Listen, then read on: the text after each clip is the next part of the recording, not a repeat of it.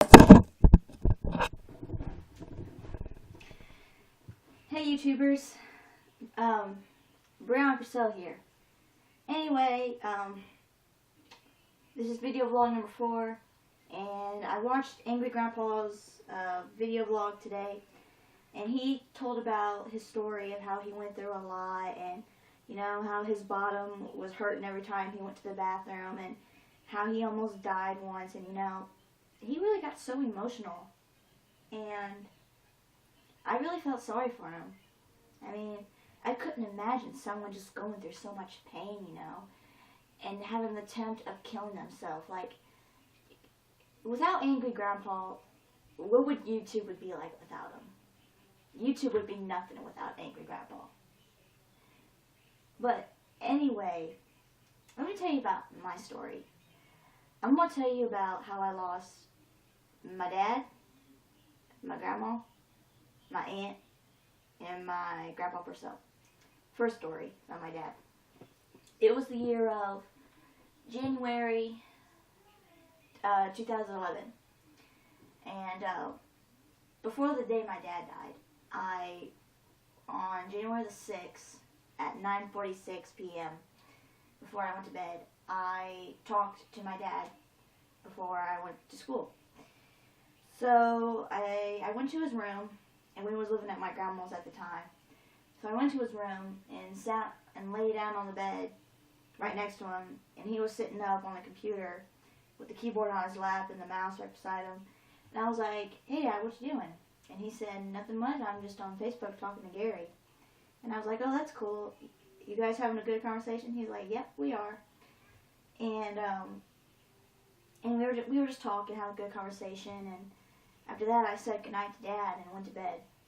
Next morning, January 7th, at around 8:03 a.m., Dad woke up, got coffee for Grandma and Grandpa and himself, and he sat down, and all of a sudden, my mom called on the Bluetooth, which he was wearing on his ear, and they got into a huge fight over the phone, and when he hung up, he was just like, he got so mad, and after that, he started shaking, and he started grabbing his chest, and he was like, "Oh, my chest, ow!" And my grandma was like, "Edward, are you okay?" And he was like, "No, Mom, no."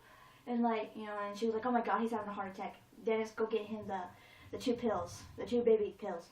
So my grandpa came and got pills for my dad. My dad took them, but he didn't swallow them. He spit them back up. And he was in pain, grabbing his chest still, and my grandma was like, "Dennis, call the hospital, we need to take him there." And so I saw my dad. I freaked out. I cried. And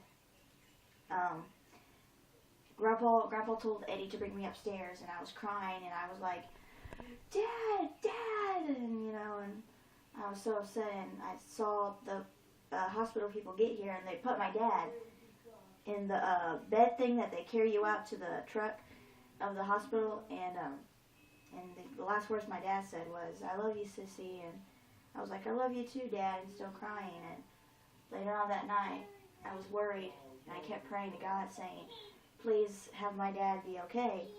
And after that, when Grandma came home, I had a feeling that Dad was dead. And I was right. She was like, "I don't know how to tell you this, guys, but he's gone." And for that moment, I just started breaking down crying, and I was just so emotional. I was so upset, and I was freaking out on God. I was like, why did you take my dad away? And God gave me an answer. God said no, because he said, "I didn't take your dad away. It's just that your dad was going through a lot of stress, and it was time for him to come home with me and with his brother." And so I understood God, and I still understand God to this day. Now, I'm going to tell you a story about my Aunt Crystal. On my way back to Florida in July, I came back from Florida, and I was back to Indiana. And after that, we was moving to Indianapolis, and things wasn't going so well with me at Tech High, so we moved back to Greenfield.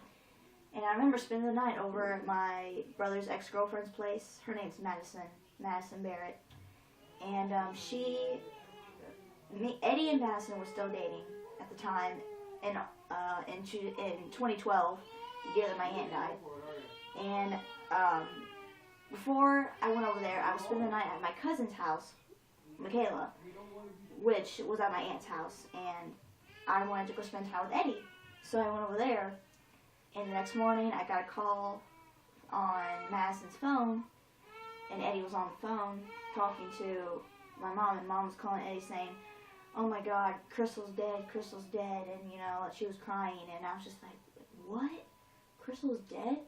And turns out Crystal went to a party, and she overdosed on some drugs that George gave her, and that's how she died. She died on August the 5th, 2012. And I was supposed to be enrolled in school by then, but apparently I wasn't. So by the time I went back to Greenfield Central High School during my freshman year, I was in trouble. And yeah, things weren't pretty that day when I went back to school. Now, move past that.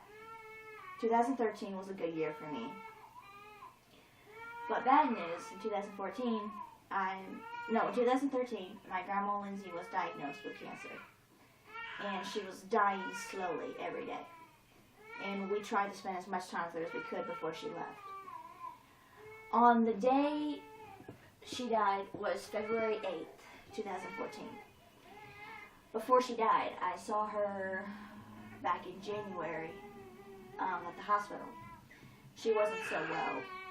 She was very, very, very sick. And we went in there to see her, and she was on some kind of a drug that the hospital put her on, and she was like just saying all these random words, and you know, but she said, "There's my baby girl," and I came in and held her hand, and seeing her like that just made me break apart inside, because I knew she was dying, and I knew she didn't want to be left like this on earth. So when I found out she died on February 8th, 2014, I was so upset. I was really upset. I was emotional again, and I was just sad and cried for a couple of minutes. And, you know, I understood that she wanted to go and be with her two boys. And we had it wasn't a funeral, it was a memorial for her. And her band came and played for her, Shadow Ridge Band, but it's not called Shadow Ridge Band anymore. It's like Jeff something band now, but they played one of Grandma's songs, and it was very lovely. And I went up and told great things about her in front of our family and friends, and it was so hard that day when we had her memorial. And after that, still in this year, 2014, I found out that on April 20th, Easter, I found out that my grandpa Purcell died of a heart attack. And I was really upset because I've known the man for a while now. Because when I first went to Florida in 2012, I spent 2 months in there with my grandma Purcell in Florida, and we talked, and you know, I felt like I was being around my dad again, because me and Grandpa Purcell had really good conversations, and we were just, you know, having a good old time and everything. We used to have our talks outside when it got dark out in Florida, sit on the porch and talk.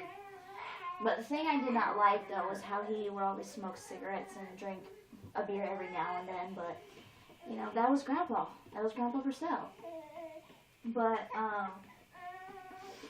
after I found that out, I was having a good time before this happened on Easter. And when me and my mom and my stepdad got home on Easter, my mom told me I broke down crying. I was still crying, and it was hard for me to go to sleep. But I can't go to Florida now because my grandma Purcell still wants some time by herself. But anyway, that's the whole story. So, as you all know, I've lost 4 of my family members now, and I feel like the family's breaking down, but when my generation comes, I want my family to be just as strong. So, thank you guys for listening to my story and how my life has been a lot. I've been through a lot with my life. And subscribe to me and like this video. Alright. Signing off.